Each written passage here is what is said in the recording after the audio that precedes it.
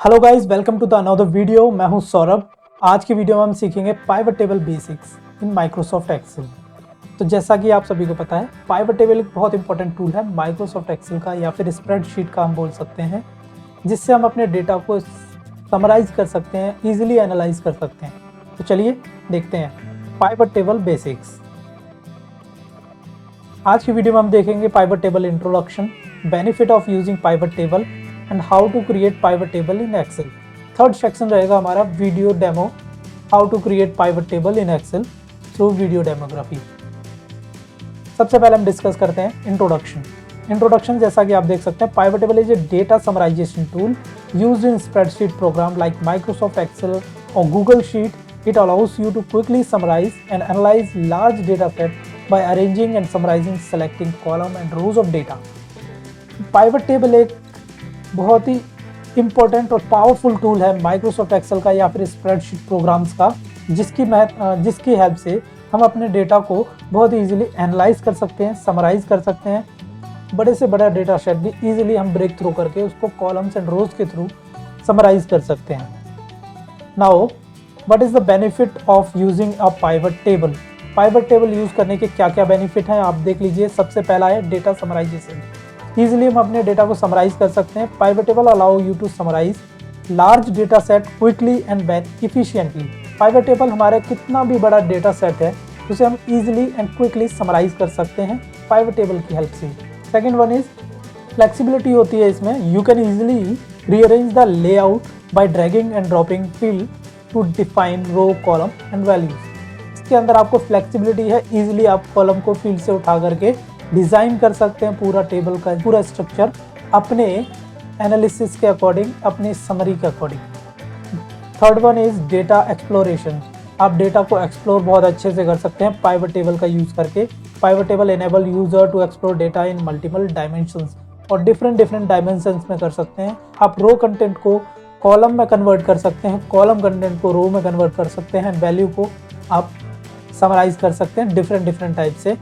आगे की वीडियोस में मैं आपको डिटेल व्यू, जब एडवांस पाइवट टेबल्स के ऑप्शंस के बारे में बताऊंगा, तो सारी चीज़ आपको क्लियर हो जाएगी। अभी आपके लिए केवल बेसिक्स है। तो third is calculation. Pivot table support calculation on summarize data. Summarize data के अंदर हम पाइवट टेबल के थ्रू कैलकुलेशन कर सकते हैं easily, sum, multiplication and product और कैलकुलेटेड फील्ड्स बना करके काफ़ी चीज़ें कैलकुलेट कर सकते हैं। Visualization. Pivot table often comes built-in visualization options such as chart and graphs। Pivot table के अंदर अपने ही visualization options होते हैं, जिससे चार्ट एंड ग्राफ्स आप क्रिएट कर सकते हैं अपने डेटा के थ्रू। उसको समराइज करके आप उस समरी के ऊपर भी विजुअलाइजेशन बना सकते हैं, चार्ट्स बना सकते हैं।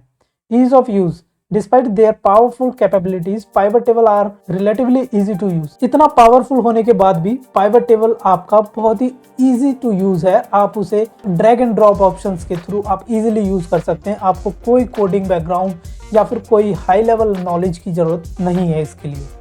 अगला सेक्शन है how to create pivot table in Excel. तो हम अपने एक्सेल शीट पे आ जाते हैं और देखते हैं यहाँ पर हमारे पास एक डेटा है। हमारे पास ये डेटा हीप ऑफ डेटा है, इसमें आपके बहुत सारे स्टूडेंट्स का डेटा है, और यहाँ पर हमारे पास डिफरेंट कॉलम्स हैं। Student name, gender, major, GPA, birth date, citizenship and residence.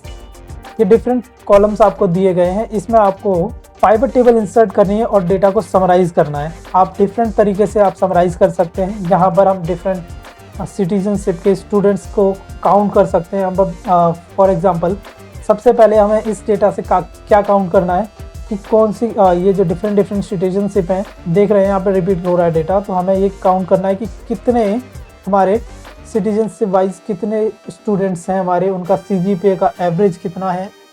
तो सबसे पहले हमें यहाँ पर इस डेटा पर इंसर्ट करना है अपना पाइवट टेबल।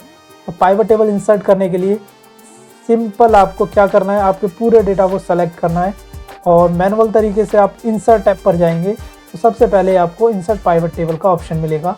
इस पर क्लिक करते ही आपका पूरा टेबल रेंज जो है, आपकी रेंज सेलेक्ट हो जाएगी और यहाँ पर आपको पॉपअप आएगा पाइवट टेबल फ्रॉम टेबल और रेंज। अब यहाँ पर आएगा choose where you want to pivot table to be placed, new worksheet और एग्जिस्टिंग। अगर आप नई शीट पर अगर पाइवट टेबल क्रिएट करना चाहते हैं तो न्यू पर क्लिक कीजिए, एग्जिस्टिंग में करना चाहते हैं तो एग्जिस्टिंग पे क्लिक करके आप एग्जिस्टिंग पे बना सकते हैं। मैं एग्जिस्टिंग यूज़ कर रहा हूँ और एग्जिस्टिंग यूज़ करने के लिए आपको लोकेशन देनी पड़ेगी कहाँ पर आपको यूज़ करना है। तो ऐसे क्लिक करके आप इस कॉलम को सेलेक्ट करेंगे, ये इंसर्ट करनी है पाइवट टेबल और ओके प्रेस करने के बाद देखिए यहाँ पर पाइवट टेबल का नाम आपको दिख जाएगा, पाइवट टेबल 2। इस पाइवट टेबल में हम यहाँ पर आपको पाइवट टेबल फील्ड्स मिल जाती हैं, इन्हें कहते हैं पाइवट टेबल फील्ड, जिसमें आपको drag fields between areas below. इन एरियाज में हम अपनी कोई भी फील्ड, ये कॉलम्स के नाम आ जाएंगे आपके फील्ड्स में, इन्हें ड्रॉप एंड ड्रैग करके आप अपने डेटा को समराइज कर सकते हैं। फॉर एग्जाम्पल अभी मुझे क्या करना है, फर्स्ट कि मुझे निकालना है यहाँ पर कि कौन सी सिटीजनशिप के स्टूडेंट का काउंट क्या है। तो सबसे पहले मैं सिटीजन्स को रो में रखूँगा, यानी रो में मुझे सिटीजनशिप चाहिए ऑस्ट्रेलिया, इंडोनेशिया, मलेशिया, सिंगापुर, और ये आपके पास यूनिक सिटीजनशिप्स आ गई हैं। हमारे कॉलम में देख सकते हैं यहाँ पर रिपीटेड हैं, बहुत सारी हैं, लेकिन यहाँ पर केवल वही नाम आए जो यूनिक है। अब इसके अगेंस्ट में कितने स्टूडेंट हैं जिनके आगे ऑस्ट्रेलिया लिखा हुआ है, उसका काउंट चाहिए। तो हम स्टूडेंट नेम को वैल्यूज़ में ड्रैग कर देंगे। तो ये देखिए काउंट ऑफ स्टूडेंट नेम यानी ऑस्ट्रेलिया मेंबर सिटीजनशिप वाले 8 ऐसे स्टूडेंट हैं हमारे पास जिनकी सिटीजनशिप ऑस्ट्रेलिया है। इंडोनेशिया के 8 ऐसे स्टूडेंट हैं जिनकी इंडोनेशिया है।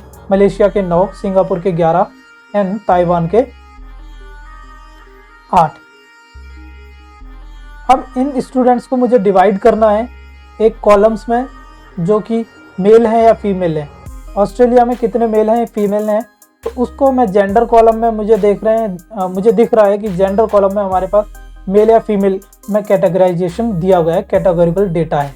हम जेंडर को उठा करके कॉलम में ड्रॉप कर देंगे तो ये देखिए मेल का काउंट एंड फीमेल का काउंट अलग हो जाएगा। ग्रैंड टोटल इस तरीके से हमारी पाइवट टेबल बन जाएगी। टोटल 50 को बाइफर्गेट कर देगा। ऑस्ट्रेलिया में 5 मेल हैं, 3 फीमेल स्टूडेंट्स हैं, टोटल 8 हैं। तो इस तरीके से हम अपने डेटा को समराइज कर सकते हैं, एनालाइज करते हैं बहुत इजी तरीके से। ये था बेसिकली पाइवट टेबल इंसर्ट करना और पाइवट टेबल क्रिएट करना, ठीक है। इसी के अंदर अब हम एक फ़िल्टर फील्ड भी दी जाती है। इस फिल्टर फील्ड का यूज़ मैं आपको दिखा देता हूँ।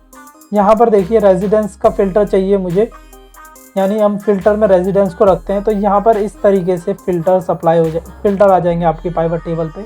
अब यहाँ से ड्रोम ए पर फिल्टर करेंगे तो आपके केवल यहाँ पर ड्रोम ए वाले मेल फीमेल स्टूडेंट्स के डेटा आ जाएगा। ये देखिए केवल 8 ऐसे हैं जो कि ड्रोम ए में रहते हैं। ड्रोम बी में जिनका रेजिडेंट ड्रोम बी में है 12 स्टूडेंट्स का है टोटल, 4 मेल 4 फीमेल और 8 मेल।